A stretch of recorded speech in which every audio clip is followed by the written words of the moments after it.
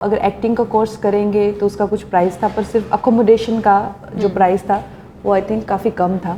I come from a very well to do family, you know, so तो मेरे लिए जो कॉन्ट्रास्ट था to come from a very comfortable environment to, and it was self imposed.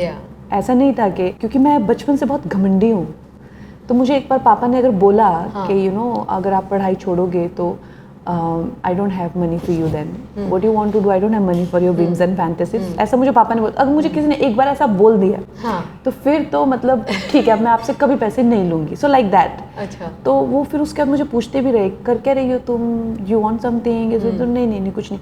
और उसके बाद जो मुझे मुश्किलें भी आई, जितनी भी मुश्किलें आई, यू नो, मैं गलत लोगों के हाथ, जब ऑफ कोर्स जो कि देखेगा कि इतने अच्छे घर से कोई ये बच्ची है, कहाँ घूम रही है, कैसे, you know, because I used to wear good clothes, I used to talk nicely, and I सबको लगता था तुम हो कहाँ से, यू नो, अकेले कैसे घूम रही हो यहाँ पे, तुमको कोई.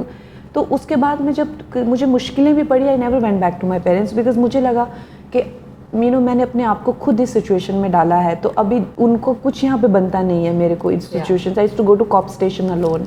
उस टाइम पे थैंक गॉड ये सब फेस टाइम वगैरह नहीं था, तो if I am in a cop station, I am in trouble, I used to lie about it कि नहीं मैं तो घर पे ही हूँ, आपको कौन, ये सब मत मानो आप, ये सब. So I became very mature at a very young age because I took my own decisions.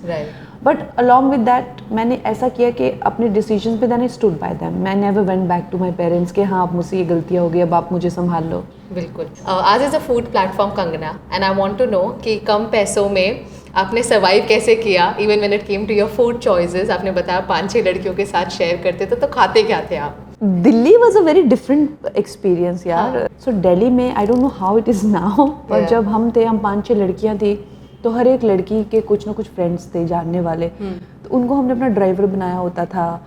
बोले they used to take us out, और कभी हमने नहीं सोचा कि you know like they used to pay bills for us. This is a compliment for Delhi boys. Delhi boys will you know completely pay for your bills and everything. तो मुझे कभी लगा ही नहीं. Anyway, we used to eat very little, and so they used to take us to all very fancy places. When I was making money, तो कभी मैं भी pay कर देती थी, तो there was no stress about paying. But when I came to Mumbai, even if you go on a date, you have to Dutch. So this was very new for me. मुझे लगा कि मतलब मुझे भी पैसे देने हैं. So this was a bit of a shocking culture shock for me.